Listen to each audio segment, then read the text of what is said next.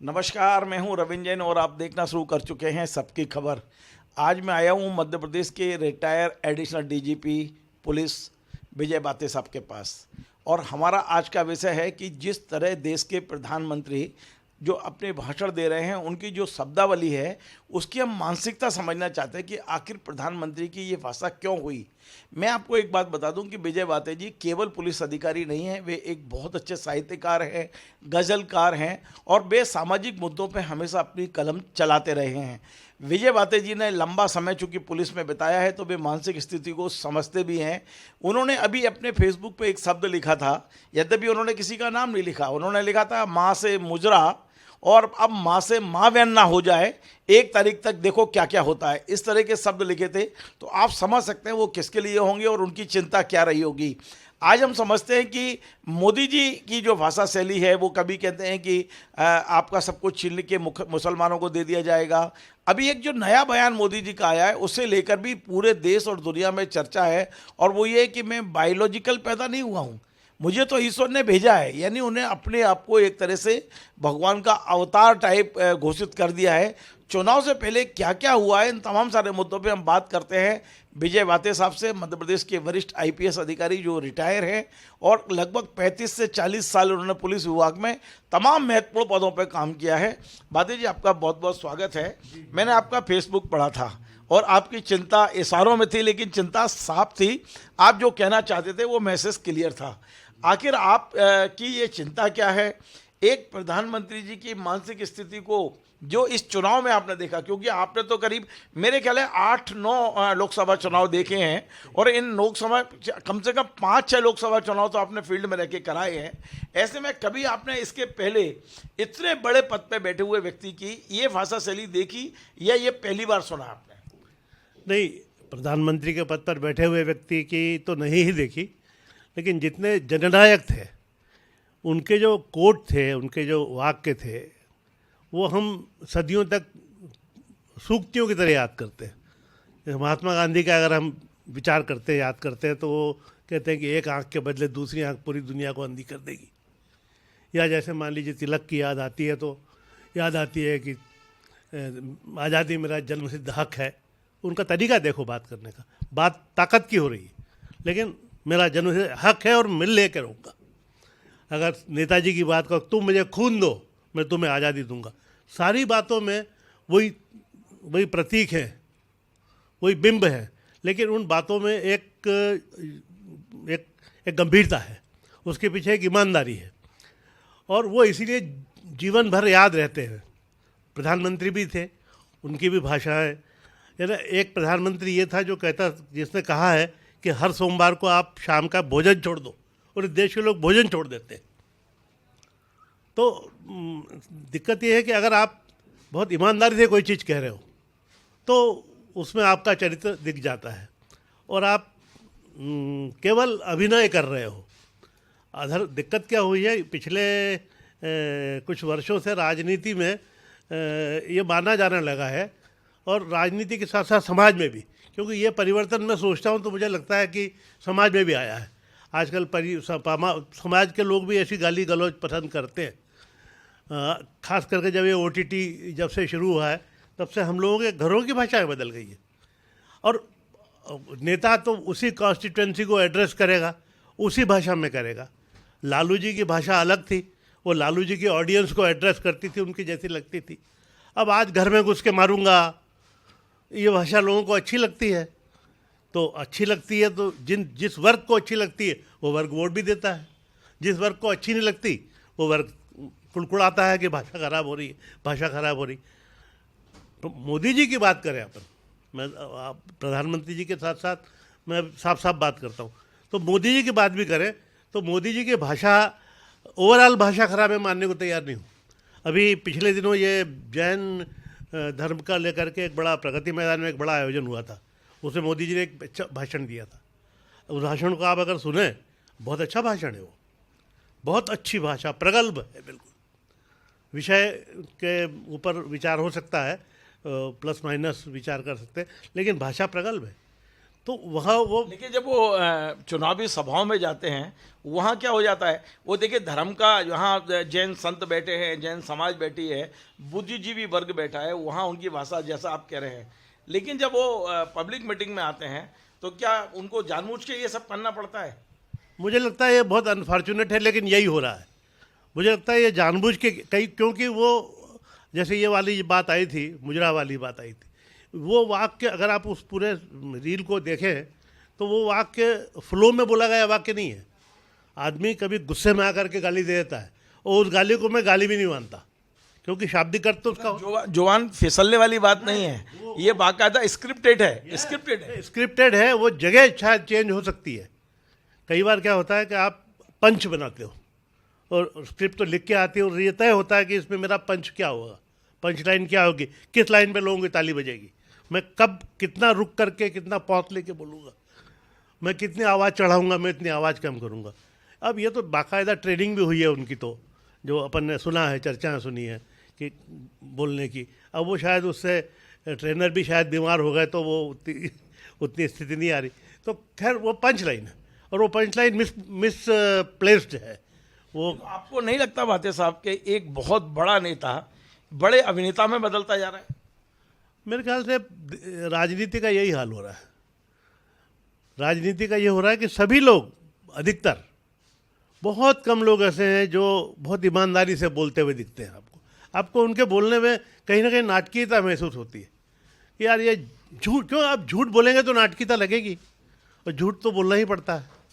और दिक्कत यह है कि इसने समाज का ये मूल्य बदल दिया। कभी हम मानते थे कि बुरी चीज़ बुरी है, अब अगर हम किसी से कहें कि यार ये अच्छा नहीं हो रहा है, अरे साहब राजनीति में सब चलता है, anything is fair in love and वार। तुम्हारे जूते पड़ेंगे तो पता चलेगा कि राजनीति में फेयर इन लव एंड वार है कि नहीं। ये नहीं है फेयर। जो बुरी चीज़ है उसको बुरा बोलना चाहिए, ये नहीं बोल पा रहे हैं लोग। अगर पहले नेता होता था जिसके पीछे भीड़ चलती थी, अब हम भीड़ नेता के आगे खड़ी हो जाती है आके, और बोलती मेरे साथ, मेरे पीछे इतने लोग हैं। ये स्थिति हो गई है। एक मैं विजय बाते को जानता हूं जो गज़लें लिखते हैं, बहुत अच्छे आईपीएस अधिकारी रहे। और एक विजय बाते को मैंने 4 दिन पहले देखा, उन्होंने अपने फेसबुक पे लिखा माँ से मुजरा, और माँ से कहीं माँ बहन ना आ जाए, 1 तारीख तक हमें क्या क्या देखना पड़ेगा।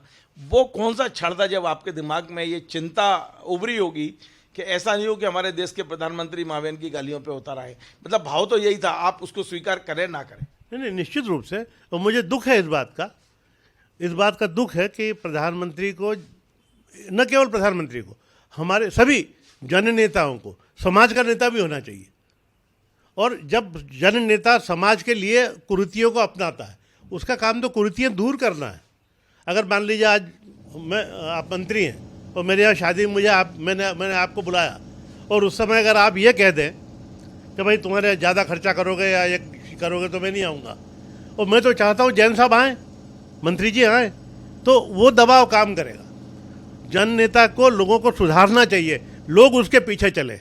अनफॉर्चुनेटली ये मुझे डर ये है कि आज जिस तरह माँ बहन कॉमन हो गई आपके फिल्मों में, मतलब इतनी कॉमन है, आप फिल्म में बच्चों के साथ देखते हैं हम लोग, छोटे बच्चों को कहते हैं कि बता के वो पौवा चढ़ा के आ गई, कौन सी मुन्नी बदनाम हुई, इस तरह गानों को लेके हम बच्चों को नचवाते। मुझे दुख इस बात का, जैसे कई छोटे छोटे बच्चों के खेल होते हैं। एक मेरा नाती एक बार एक आया लेके, नानू मैं जीत गया। मैंने, क्या हुआ बेटा? कंप्यूटर था उसके हाथ में। बोले मैं ये खेल रहा था फलाना, और मैंने इसको इतने को, इस कैपिटल को इतना बना लिया। वो क्या किया? वेल्थ क्रिएट किया। शाबाश, कैसे किया? एक तरह से जुआ था। हाँ नहीं, जुआ से आगे की चीज़ है, वेल्थ क्रिएट किया। मैं, शाबाश, बहुत बढ़िया। क्या बोले? इसमें ये लिखा था, वो मैंने फॉलो किया, वो लिखा था, फिर मैंने उसको ब्राइब किया, वो ब्राइब करके फिर मैंने उसको ले लिया। तो मैंने कहा ब्राइब करना तो बुरी बात है यार। नहीं पापा, नहीं नानू, ये तो बिजनेस का काम है। तो ये संस्कार आते जा रहे हैं हमारे पास, और इन संस्कारों को ठीक करने की कोशिश करने के बजाय हमारे नेता लोग, चाहे वो समाज के धार्मिक नेताओं को कोई सुनता नहीं, सामाजिक नेताओं को सुनता नहीं, अभी पॉलिटिकल नेताओं की सुनती है। तो पॉलिटिकल नेताओं को थोड़ा बहुत धार्मिक जिम्मेदारियों का या सामाजिक जिम्मेदारियों का निर्वाह करना चाहिए। और ये अगर आप पब्लिक की माँ बहन का आपका उसमें भी आ जाएगा, पब्लिक को चूँकि अच्छा लगता है कि घर में घुस के मारूंगा था, वो डायलॉग देते हो तो आपकी डायलॉग बाजी जो है वो कम से कम ऐसी तो हो कि जो गर्व के साथ याद की जाए, जैसे आज हम नेहरू की और गांधी की याद करते हैं और जैसे हम लाल बहादुर शास्त्री की याद करते हैं। ये क्या है तरीका कि हम एक सिर के बदले 4 सिर काट के लाएंगे, और ये क्या तरीका हुआ? हाँ पाटिल साहब, एक बहुत महत्वपूर्ण सवाल है कि मैंने ये देखा कि प्रधानमंत्री जी ने अपनी तमाम सभाओं में क्लियर हिंदू मुस्लिम किया। उन्होंने कहा कि आपके मंगलसूत्र छीन लेंगे और उनको बांट देंगे, आपकी भैंस छीन लेंगे, आपकी पानी की टोंटियाँ बंद कर देंगे, यहाँ तक का स्तर आ गया था, आपने देखा होगा। और फिर मुजरे पे भी आ गया। लेकिन जब ये बनारस गए अपना नामांकन भर रहे, तो वहाँ उन्होंने तमाम मीडिया वालों से बात की। उसमें एक रूबिका लियाकत एक पत्रकार है, उनसे बात करते हुए उन्होंने एक नई बात कही थी कि जिस दिन मैं हिंदू मुसलमान करूँगा, मैं राजनीति में रहने लायक नहीं रहूँगा। तो क्या वो भूल जाते हैं कि मैंने कल ही किया है और अगले दिन फिर भी हिंदू मुस्लिम कर रहे थे? तो क्या कुछ याददाश्त की कमी है, या वो ये क्या है कि आप एक दिन पहले हिंदू मुसलमान कर रहे हो, आप कह रहे हो कि मैं हिंदू मुस्लिम करूंगा तो मैं राजनीति के लायक नहीं रहूंगा, और अगले दिन फिर वही हिंदू मुसलमान कर रहे हो आप? नहीं तो कंफ्यूज कर रहे हैं ना, वो कंफ्यूज नहीं है, खुद नहीं है, नहीं है ना कोई याददाश्त का कम है। नहीं नहीं नहीं, वो आपको कंफ्यूज कर रहे हैं, पूरे समाज को कंफ्यूज कर रहे हैं। हम लोग इसी विषय में बात करते रहे, इससे वोटों में कितना वो कोई असर नहीं पड़ेगा, बल्कि पॉजिटिव पर असर पड़ेगा। अगर मतलब उनको और बढ़ेंगे वोट, बढ़ते हैं वोट इससे। दुर्भाग्य की बात तो यही है ना कि अरे आप विश्वास करिएगा, अरे अगर ये मतलब ये डर क्रिएट करना है एक तरह का। मुसलमान अरे आपके घरों में घुस के मुसलमान आपकी माँ बहनों को इज्जत लेट जाएगा, तो मोदी है जो बचा रहा है, उसने मंगलसूत्र बचाया है, उसने लाज बचाई है, वो आपका अरे वो ये तो एक डर क्रिएट करके रक्षक के रूप में सामने आना, ये एक सोचा समझे रणनीति है ये। लेकिन आप मुझे बताइए, ऐसा नहीं है कि मोदी सरकार ने अच्छे काम नहीं किए। मोदी सरकार ने बहुत काम किए। हमने वंदे भारत देखी, रेलवे का बहुत विकास हुआ, धारा 370 आपने हटाई है। आपने निश्चित तौर पर आज पाकिस्तान निश्चित तौर पर भारत से पहली बार ऐसा लगता है कि वो खूब खाता है। बहुत सारी हमारी सीमाएं बहुत सुरक्षित हुई हैं, हमारे यहाँ आतंकी गतिविधियाँ बहुत कम हुई हैं। आखिर प्रधानमंत्री जी इन मुद्दों पे बोलने के बजाय केवल हिंदू मुस्लिम या और दूसरे मुद्दे क्यों उठा रहे हैं, ये थोड़ा मैं समझने की कोशिश कर रहा हूँ। आपके पास बहुत अनुभव है, इसलिए मैं चाहता हूँ कि आप मेरे दर्शकों को समझाएं कि ये तमाम उपलब्धियों को कोने पे रखकर प्रधानमंत्री जी इस तरह की चीज़ें क्यों बोल रहे हैं? नहीं, मैं देखिए, जहाँ तक विकास की बात है, मैं ये मानता हूँ कि विकास एक अविरल चलने वाली, निश्चित रूप से लगातार चलने वाली प्रक्रिया है। मोदी जी ने बहुत विकास किया है, या मोदी जी के कार्यकाल में बहुत विकास हुआ है, ये बात अपनी जगह विवादास्पद हो सकती है, परंतु वो विवाद आम लोगों में नहीं है। क्योंकि आम मनुष्य को केवल दाल रोटी और अपने सुबह शाम से मतलब होता है, जो आम वोटर है, जिसको हम, क्योंकि एक व्यक्ति एक वोट है। अब एक व्यक्ति एक वोट पर तो ठेकेदारी भी चलती है वोटों की, है ना। कोई हर आदमी पॉलिटिकली इतना ट्रेंड नहीं है कि विचार करके वोट करे। तो ऐसी स्थिति में फिर वो एक हवा के साथ जाता है। और आप अधिक प्रभाव जो है मीडिया का है, जिसके पास पैसा, आज मोदी जी भी आज इतना बड़ा लार्जर देन लाइफ रूप दिख रहा है, वो कल दूसरे का भी हो सकता है अगर वो इतना ही पैसा खर्चा करे तो, जितना टीवी पे आप दिखते हैं। तो जितना गुड़ डालेंगे उतना मीठा होगा, उतना वो मीठा हो रहा है। तो ऐसी स्थिति में पब्लिक के सामने जो दिखता है वो बिकता है, खूब दिख रहे हैं। डायलॉग भी जो बोले जाते हैं वो जो रिक्शे टांगे वालों को अच्छे लगते हैं, वो डायलॉग आप उनसे बात करते हुए भी सुन सकते हो। अपन ने कभी कह दो कि भाई क्या हो रहा है, अरे हाँ मोदी ने बहुत बढ़िया काम किया, मियाँ को ठीक कर दिया। तो देखिए ये बात निश्चित रूप से सही है कि देश में केवल राष्ट्रवादी होकर काम नहीं चलता। देश में राष्ट्रवाद तो कर रहे हैं वो, लेकिन राष्ट्रवाद का उपराष्ट्रवाद भी होता है। वो हिंदू उपराष्ट्रवाद है हमारे यहाँ भी, मराठी उपराष्ट्रवाद है, बंगला खास बड़ा उदाहरण ले लो। हर बंगाली को गर्व है मैं बंगला हूँ, रविन्द्रनाथ टैगोर के खानदान का हूँ। और इस उपराष्ट्रवाद को आप व्यवहार से बढ़ावा देते हो, दाढ़ी बढ़ा के बन जाते हो ये, और उस बातचीत में फिर आप राष्ट्रवादी बनना चाहते हो। तो इस तरह कन्फ्यूज़न होते हैं और पब्लिक को अच्छा लगता है। सच बात तो ये, जिस डायलॉग को लेकर हम चिंतित हो रहे हैं, वो डायलॉग आम लोगों को अच्छे लगते हैं, और इसीलिए वो लोग उसी तरीके की जानी ये चक्कू बच्चों के खेलने की चीज़ नहीं है, हाथ कट जाए तो कितने वर्षों पुराना डाला, आज भी लोगों को याद है। तो ये डायलॉग याद रहते हैं, घर में घुस के मारता है मोदी, तो बस काफ़ी है इतना डायलॉग। सवाल ये है कि हम ये उम्मीद करते हैं कि जब चुनाव आएगा तो जो सरकारों में हैं वो अपनी उपलब्धि बताएंगे और जो समस्या हैं उन पर चर्चा करेंगे। जैसे हमारे यहाँ रोजगार की दिक्कत है, महंगाई की दिक्कत है, बहुत सारी जो लोगों की समस्याएं हैं। तो और ऐसा नहीं है कि समस्याओं का समाधान नहीं हुआ है, बहुत सारे आपने शौचालय बनवाए हैं, बहुत सारे आपने प्रधानमंत्री आवास दिए हैं लोगों को, बहुत सारे मतलब करोड़ों लोगों को आवास मिले हैं। इन तमाम सारे मुद्दों पे बात नहीं हो रही है, बात हो रही है तुम्हारा मंगलसूत्र, मुजरा और ये तमाम सारी चीज़ें। तो आप ये मानते हैं कि ये चुनाव एक टर्निंग पॉइंट हो गया है, अगले चुनाव में हम लोग अब इन सब चीज़ों को भूल जाएंगे, सिर्फ नॉन इशू पे ही चुनाव हुआ करेगा? इशू है ही नहीं, नॉन इशू। कभी भी इशू पे चुनाव नहीं हुआ है, हमेशा बहानाओं पे हुआ है, कभी नहीं होता है इशू पे चुनाव। बताए कौन सा चुनाव कभी होता ही नहीं है। तो फिर इस बार नरेंद्र मोदी की बात क्यों जा रही है? जब इशू पे होता ही नहीं है तो मोदी जी नॉन इशू पे कर रहे हैं तो क्या दिक्कत है? कोई दिक्कत आपको जैसे हम जैसे लोगों को है, आम आदमी को कोई दिक्कत नहीं है जिसको वोट देना है। इसीलिए तो आप कह रहे हो कि इस पे क्यों नहीं हो रहा, क्योंकि जिस इशू पे वोट पड़ते हैं उस इशू पे वो बोलते हैं। इशू पे वोट कहाँ पड़ते हैं? शौचालय पे वोट कहाँ पड़ता है? कौन? और दूसरी बात यह है कि अंबानी ने कितना पैसा ले लिया, इससे है कि आम आदमी को क्या फ़र्क पड़ता है? जिससे आपको डायरेक्ट असर पड़ता है, उस भ्रष्टाचार को लेके आप दुखी होते हो। अगर डायरेक्ट असर नहीं पड़ता तो नहीं दुखी होते हो। बात है, ये एक आखिरी सवाल और ये सबसे महत्वपूर्ण इसलिए है कि इसकी चर्चा बड़ी देश भर में हो रही है। मैं आपसे भी समझने की कोशिश करता हूँ। हम पिछले 5-7 साल से एक बात सुनते रहे हैं कि मोदी भगवान का अवतार है, लेकिन ये बात करते कौन थे? जो मोदी जी के फॉलोअर हैं।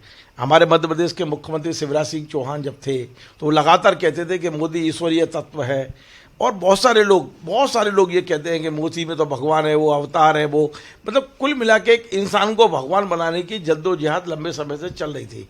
लेकिन अभी जिस दिन वे बनारस में नामांकन भरने गए उस दिन उन्होंने रूबिका लियाकत को एक इंटरव्यू दिया था, जिसमें उन्होंने ये कहा था कि जब तक मेरी माँ जीवित थी तब तक मुझे लगता था कि मैं बायोलॉजिकल हूँ, मतलब माँ से पैदा हूँ, लेकिन उनके जाने के बाद अब मुझे लगता है कि नहीं, मैं बायोलॉजिकल पैदा नहीं हूँ, मुझे तो मतलब ईश्वर ने भेजा है। और तमाम अब कांग्रेस ये कह रही है कि कल यदि मान लीजिए ये सत्ता से हट गए और इनकी जांच चली तो ये बहाना बनाएंगे कि मैंने तो कुछ किया नहीं, मुझसे तो जो करवाया वो ईश्वर ने करवाया है।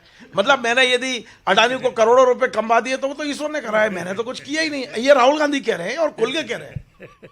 तो इस मुद्दे पे आपको क्या लगता है कि ईश्वर का अवतार है, ईश्वर ऐसे काम कर सकता है जो मोदी जी कर रहे हैं? क्या है क्या ये सब? नहीं, ईश्वर के अवतार तो अब ईश्वर है कि नहीं इसी पर लोग डिबेट करते हैं, अपन लोग तो अवतार की बात कर रहे हैं। पर देखिए ये जो इसको अपन दिक्कत क्या है कि जो विमर्श है ना, उस पूरे विमर्श का ही स्तर बहुत मजाक में बदल गया है। अब इसका मतलब ये थोड़ी है कि अब अगर राहुल जी ये कह रहे हैं तो ये भी वही उस तरह का मजाक कर रहे हैं जिस तरह का मोदी जी कर रहे हैं। वो तो कई बार यह होता है कि माँ के जाने के बाद कई बार माँ, क्योंकि माँ और बेटे का रिश्ता है, माँ और बेटी का रिश्ता, संतान और माँ का रिश्ता, वही सच्चा रिश्ता है दुनिया में। उसके जाने के बाद कई बार वैक्यूम फील होता है, एक शून्य फील होता है। माँ को भी फील होता होगा, बेटे संतान को होता है। उसमें क्या लगता है माँ है तब तक तो नहीं इसके पेट से आया, नहीं दिख रही है, अरे यार मेरा क्या वो सीधे कीमत का।